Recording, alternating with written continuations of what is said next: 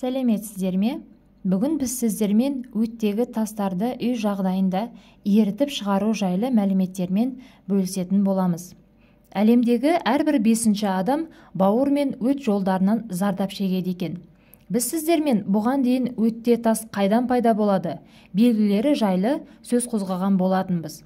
Бүгін мен сіздермен оттегі тасты үй жағдайында қалай порошок, яғни құм сияқты майдалап өттегі тастарды түсіру жайлы айтатын боламын.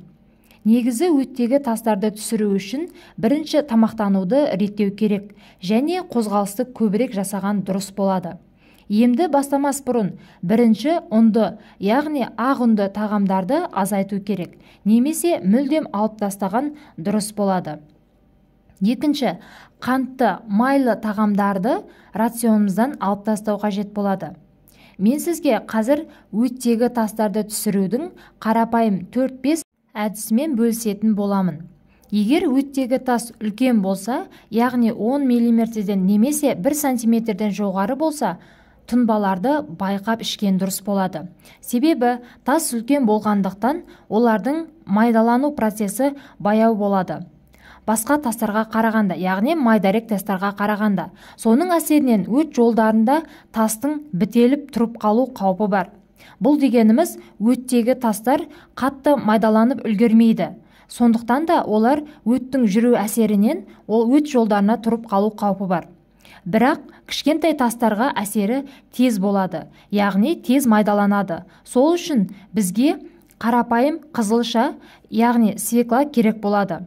Свекланың 5 килограмын алып, қабығымен бірге қырғыштан өткіземіз. Оны 10 литр суға саламыз.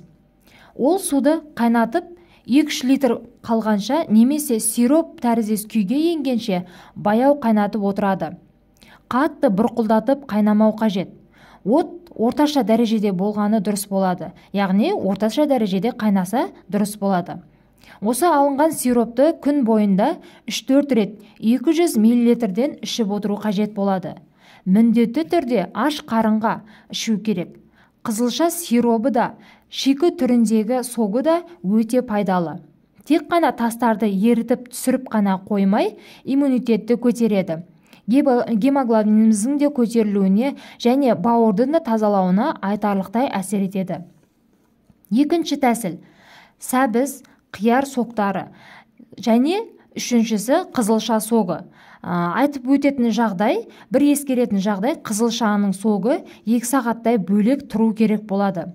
Сосын барлығын қияр мен сәбіз соғын барлығын араластырамыз.